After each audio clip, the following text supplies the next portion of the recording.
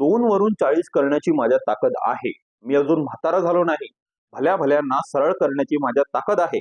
असं शरद पवार कितीही म्हणत असले तरी नव्या दमाचे कार्यकर्ते त्यांच्याकडे येईन असे झाले आहे. इतर पक्ष फोडूनच शरद पवार आपल्या पक्षातील भरती करत आहेत. त्यातही वाटीतलं ताटात आणि ताटातलं वाटीत असलाच प्रकार सध्या सुरू आहे. आता सध्या तरी शरद पवारांकडे राहिलेल्यांमध्ये लोकसभेची निवडणूक लढवावी या ताकदीचं कोणीच नाही. त्यामुळे इतर पक्षातील नाराजांवर गळ टाकला जातो आहे. भारतीय जनता पक्षाने भक्कम चिरेबंदी केली आहे. त्यामुळे भाजपकडून कोणी येण्याचा प्रश्नच नाही. शिवसेनेच्या शिंदे गटात सुद्धा कोणीच येत नाहीये. त्यामुळे राहता राहिला अजित पवार गट. त्यांनाच भावनिक आव्हान सध्या केलं जात आहे. लोणावळ्यामध्ये शरद पवारांच्या उपस्थितीत अनेक कार्यकर्त्यांनी पक्षात प्रवेश केला, पण हे सगळे राष्ट्रवादीतीलच होते.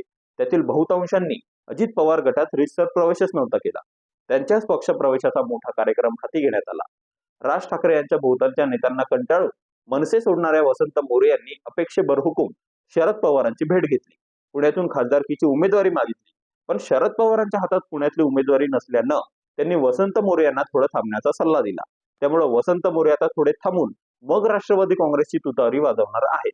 त्याचबरोबर राष्ट्रवादी काँग्रेसचे पारनेरचे आमदार निलेश लंके यांनी अजित पवारांचे घड्याळ हातातून काढून घेऊन शरद पवारांच्या राष्ट्रवादी काँग्रेसची तुतारी हातात घेणार आहेत. अजित पवारांनी आमदारकी सोडण्याचा दम देऊन सुद्धा निलेश लंके यांनी अद्याप आमदारकी सोडलेली नाही.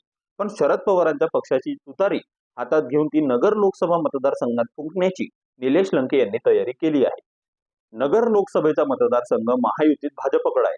तिथं महायुतीचे डॉक्टर सुजय विखे पाटील हे भाजपचे खासदार आहेत. भाजप नेत्यांना उमेदवारी देखील जाहीर केली आहे.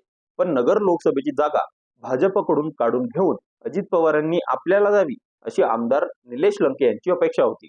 ही अपेक्षा पूर्ण करणे अजित पवारांना शक्य नव्हते.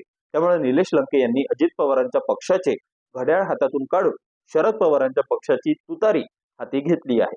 नगरमधून ते विखे पाटलांना आव्हान देण्याच्या बेतात आहेत. तसाही नगरमध्ये सुजय विखे पाटलांना आव्हान देण्यासाठी शरद पवारांच्या हाताशी उमेदवार नव्हताच. तो आयता उमेदवार निलेश लंकेच्या रूपाने पवारांना मिळाला आहे. अजित पवार राष्ट्रवादी फोडून 42 आमदार घेऊन शरद पवारांपासून बाजूला झाले. त्यामुळे शरद पवारांच्या राष्ट्रवादी काँग्रेसमध्ये नव्या दमाच्या कार्यकर्त्यांची भरती होईल आणि त्यांना निवडणुकीमध्ये संधी दिली जाईल अशी अपेक्षा होती. परंतु प्रत्यक्षात शरद पवारांनी इतर पक्षांमधले कार्यकर्ते आणि नेते फोडून आपल्या पक्षात भरती चालवल्याचे स्पष्ट झाले आहे. त्यातही निलेश लंके हे मुळात राष्ट्रवादी काँग्रेसचे आमदार होते. फक्त ते अजित पवारांकडे गेले होते, पण त्यांनाच परत पक्षात घेऊन पवारांनी वाटेतले ताटात, ताटातले वाटीत हाच प्रकार केल्याचे दिसून येत आहे.